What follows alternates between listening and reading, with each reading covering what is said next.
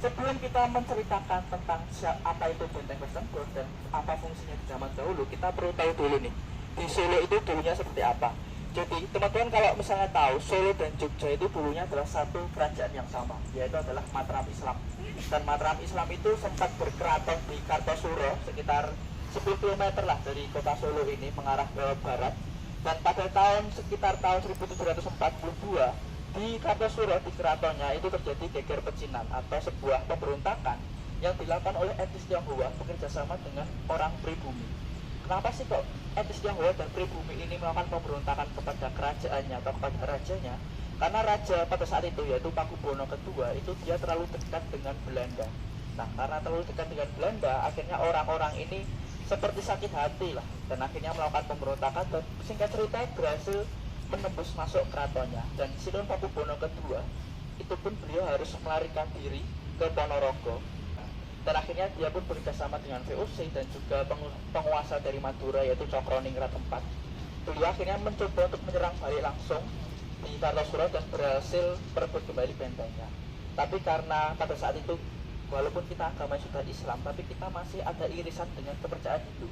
Dan pada saat itu kita masih mengenal adanya konsep atau sistem praloyo. Praloyo itu artinya sebuah daerah ketika sudah terjadi bencana, entah itu bencana alam maupun peperangan, itu sudah tidak elok lagi untuk dihuni kembali. Istilahnya ya, mungkin roh-roh jahatnya itu sudah banyak banget lah berkumpul di situ. Apalagi kan ada pembunuhan dan lain sebagainya. Hingga akhirnya Sinun Pakubuwono II memutuskan untuk mencari daerah baru. Daerah baru akan didirikan sebuah istana, dan daerah ini dinamai atau nama awalnya adalah Desa Solo. Dari sinilah berasal dari kata Solo itu tersebut. Dan Desa Solo nanti dibangun sebuah istana yaitu Keraton Kasunanan Surakarta yang berwarna biru. Kalau yang hijau kan Mangkunegaran. Nah, yang berwarna biru atau Keraton Kasunanan itu akhirnya didirikan pada tanggal 17 Februari 1745, dan sekarang selalu setiap tahun diperingati sebagai hari jadi kota Solo. Dan kalau teman-teman mungkin ada pertanyaan tentang apa sih sebenarnya bedanya Solo dan Surakarta, Solo itu sebenarnya dari kata Desa Solo itu tadi. Dengan Surakarta itu adalah nama keratonnya. Jadi sebenarnya kalau mungkin ada teman-teman yang lain tuh nanya, kalian bisa menjawab kalau sebenarnya dua kata ini merujuk ke daerah yang sama, cuma beda apa ya, kayak penamaan lah. Yang satu lebih nama populer yaitu Solo, dan yang satunya itu nama secara administrasi atau nama resminya yaitu Surakarta. Dan perpindahan benteng atau keraton dari Mataram Islam ini akhirnya pun juga diikuti oleh Belanda. Awalnya Belanda juga punya bentengnya yang ada di sisi utara dari keraton Kartosuro. Mereka pun juga ikut pindah dan mendirikan yang sekarang tertulis benteng Westerbork 1775 sampai 1779. Dan sebenarnya benteng ini pun sebelumnya bernama bukan Westerbork, namun namanya adalah The Groot Muteveer. Nah, The Groot Muteveer ini artinya bangunan yang memiliki kemurahan hati. Dan ini pun cukup ironis karena kan Belanda datang ke sini pun melakukan banyak banget eksploitasi, baik itu sumber daya alam maupun sumber daya manusia, sedangkan mereka bikin bangunan dan dinamai dengan kemurahan hati.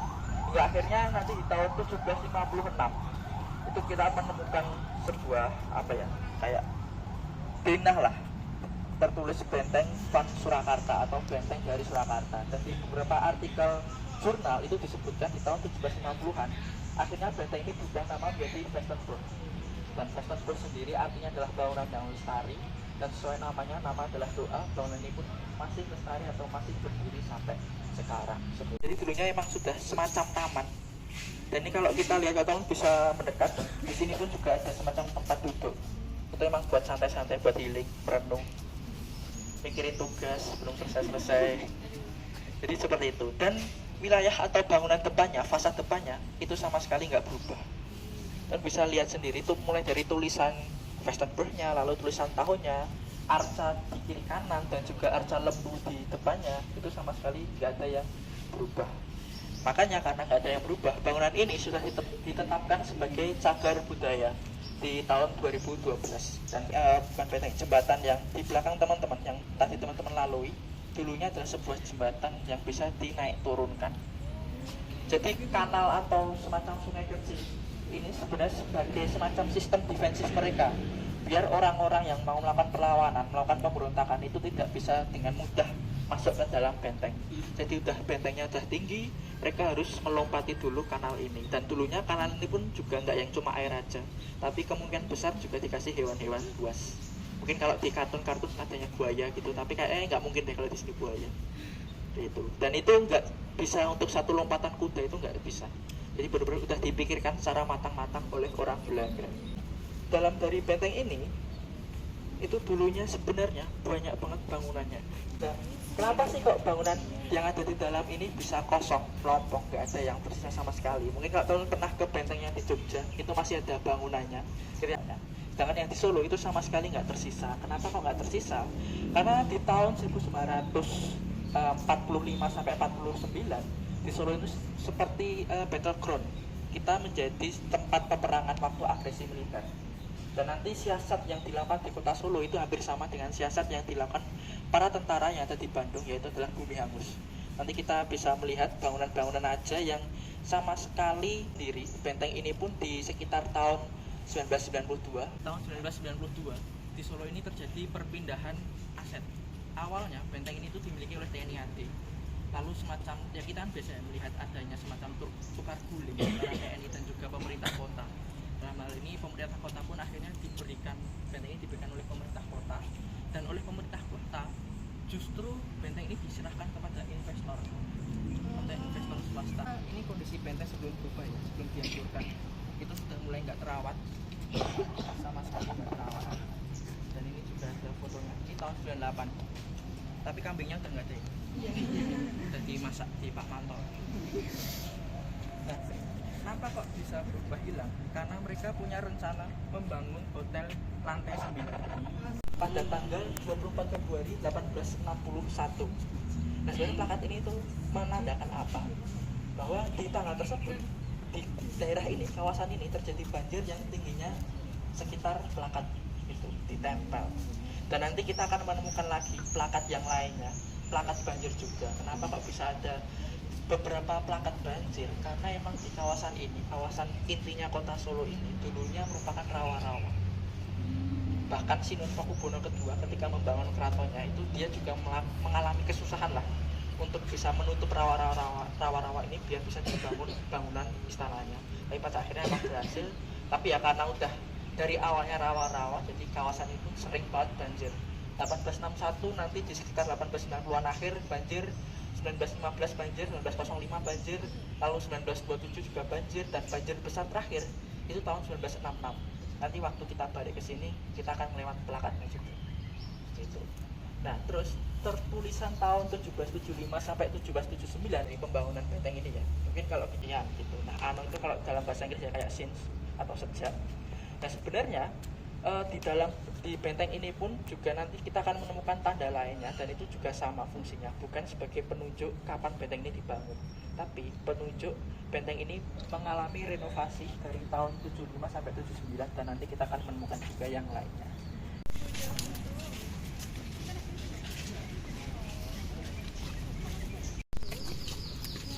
Kita lagi di mana, Pak? Kita lagi di benteng Vestenbrug. Lagi ngapain? Ya itu ini jalan-jalan terus sambil diklat, sambil nugas. Hati-hati ya kamu kan, kamu nanti menginjak yang licin-licin, hati-hati. Nah, dari lubang-lubang ini di sisi selatan nanti akan lebih banyak. Ada yang tahu kenapa lebih banyak? Betul banget, karena menghadap ke keraton. Sampai ke bengkel ini, itu dulunya adalah bangunan Belanda. Dan bentuknya seperti apa? Bentuknya seperti ini. Sama sekali nggak tersisa bentuknya. Lalu lebih dekat lagi seperti ini. Ini waktu zaman Belandanya. Bangunannya sangat bagus. Dan ini tuh apa? Ini ada tulisannya. Dulunya adalah Sociëteit Harmonie. Sociëteit ini apa? Jadi orang-orang Belanda ketika datang ke Hindia Belanda, dalam hal ini adalah ke Indonesia, dia itu juga membawa gaya hidupnya. Gaya hidup yang mereka bawa salah satunya adalah gaya hidup berpesta dan juga berkumpul. Nah, di Sociëteit inilah mereka akan berkumpul dengan teman-temannya, dalam hal ini adalah orang-orang Belanda juga. Bahkan di beberapa surat kabar itu kita juga menemukan bahwa di Sociëteit Harmonie ini sering banget diadakan konser, tapi nggak artefak ya, bukan konser yang UNS ya. Dan di konser-konser ini itu banyak banget pengisinya, entah itu nanti pengisi dari band Belanda yang membawakan lagu-lagu barat, lalu nanti juga semacam korps musiknya dari keraton itu nanti juga akan menggelar konsernya di sini juga, karena emang orang-orang Belanda ini harus dikatakan jiwa seninya cukup tinggi dan dia nggak menolak kesenian-kesenian yang dari Jawa seperti itu. Nah, posisi bagian dalam itu seperti apa? Kurang lebih seperti ini. Nah, sebenarnya di Solo society ini nggak cuma ini aja, ada beberapa society. Yang pertama, society miliknya Kasunanan atau miliknya keraton. Jadi nanti gaya hidup orang Belanda itu akan diserap juga dengan orang-orang Jawa. Karena kan kita kan modelnya kan kepengen juga ya, perinan, aku ya pengen gawe. Terus akhirnya mereka bikin society Hadi Prawa tahun 1896 yang sekarang menjadi Plaza Singosaren. Lagi-lagi tidak ada sisanya. Satu-satunya society yang masih tersisa adalah ini. Ada yang tahu? Ada yang tahu ini gimana? Betul banget. Ini adalah sekarang menjadi monumen pers nasional. Nah, ini dulunya society apa? Adalah society miliknya Mangkunegara. Dan hanya itulah society yang masih tersisa sampai sekarang. Itu. Nah, atau teman-teman nggak pernah ke monumen pers? Kalian bisa lihat ya di fotonya di bagian bawahnya itu banyak banget anak-anak kecil. Nah, jadi bukan sekolah, lebih ke daycare, tempat penitipan. Jadi dulunya gitu ini ada gedung untuk penitipan anak usia 6 sampai 12 tahun dan mampu menampung sekitar 120 anak. Bangunan sebesar ini cuma untuk 120 anak, itu berarti satu anaknya dapat kamar yang kelihatan luas lah. Gitu. Dan kenapa sih ke orang-orang Belanda itu bikin semacam bagian ini? Dulunya emang orang tua mereka itu kan otomatis pejabat-pejabat pemerintahan yang kantornya ada di dalam benteng. Nah, mereka itu durasi atau kerjanya itu kan nggak cuma di Solo aja. Mereka bisa juga ditugaskan ke luar kota atau bisa juga dimutasi ke luar kota.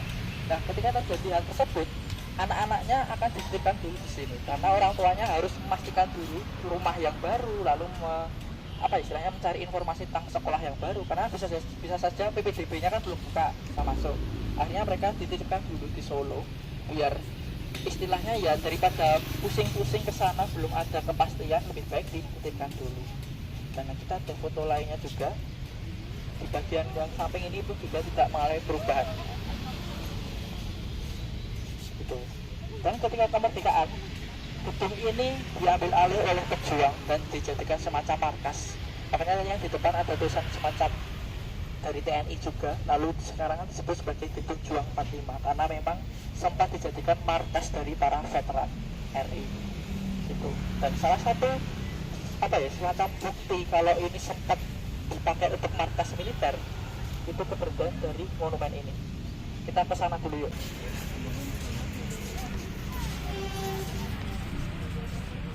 Indonesia Surakarta pada tanggal 11 November 45. Jadi Laskar Putri ini atau LPI ini semacam sekarang kayak ormas ya, tapi ketika waktu itu kan kita sedang berusaha mempertahankan kemerdekaan kita. Jadi ormas ini bisa dikatakan angkat senjata juga. Dia ikut peperangan juga. Dan ada satu nama yang sangat terkenal. Betul banget. Nyonya Tin Soeharto, istrinya dari Presiden kedua Indonesia Soeharto. Dia menjadi si perlengkapan kayak dia kabeh deh. Soalnya paling atas tulisnya. Dan dia jadi si perlengkapan dan Laskar Putri Indonesia ini emang semacam cukup unik. Kenapa kok bisa didirikan di Solo? Padahal Solo ini dikenal sebagai wanitanya adalah putri keraton, lemah lembut dan lain sebagainya. Tapi justru di kota ini muncul laskar atau yang ikut membantu perjuangan kemerdekaan Indonesia. Dan Laskar Putri Indonesia ini adalah simbol persatuan antara keraton, Mangkunegara dan juga putri-putri lawan yang mereka sebenarnya punya gengsi tersendiri, tapi pada akhirnya mau bersatu demi mempertahankan kemerdekaan Indonesia. Dan kita ada koranya waktu peresmian dari Kembang ini oleh Putin langsung yang peresmikan karena itu kan masuk ke dalam kita. Yuk kita lanjut lagi. Benar-benar kita bisa melihat adanya kereta api sepeda itu berjalan secara beriringan. Nah, rel tersebut itu sudah ada sejak tahun 1892 oleh perusahaan Sulawesi Prabon. Mas keretanya itu ditarik dengan kuda. Nah, gedung yang ada di belakang ini adalah gedung ini, tapi sudah berubah bentuk. Nah, lalu karena cuma ditarik dengan kuda, otomatis mereka cuma bisa menarik sekitar 1-2 gerbong aja. Ini kan nggak efektif, nggak efisien ya. Akhirnya di tahun 1908 Solo Tramway Maskapai merubah lokomotifnya menjadi lokomotif uap. Nah, kalau ini foto di belakang adalah gelajak tadi, gapuronya. Nah, ketika berubah menjadi lokomotif uap, mereka bisa menarik sampai 10 gerbong. Seperti itu. Jadi emang sekarang tinggal meneruskan aja. Makanya kan kita punya satu kereta wisata, yaitu kereta Putuk Jolodoro. Nah, terus tentang daunnya yang di belakang ini, dulunya itu kayak gimana? Kayak gini. Bagus yang dulu kan. Nah, dulunya itu apa? Fungsinya sama, yaitu tempat ibadah. Dulunya bernama Gereformat. Ger itu arti bahasa Belanda gereja, dan Gereformat itu semacam reformasi. Makanya gereja reformasi, karena kan Protestan kan memang reformasi gereja kan. Nah, ini dibangun pada tahun 1832 dan menjadi bisa dikatakan bangunan pertama yang dibangun keluar dari Benteng. Nah, kenapa dibangun adalah pusat peribadatan? Karena bagi orang-orang Belanda atau orang-orang Eropa, ibadah itu masih jadi hal yang penting. Makanya dia mengutamakan tempat ibadah.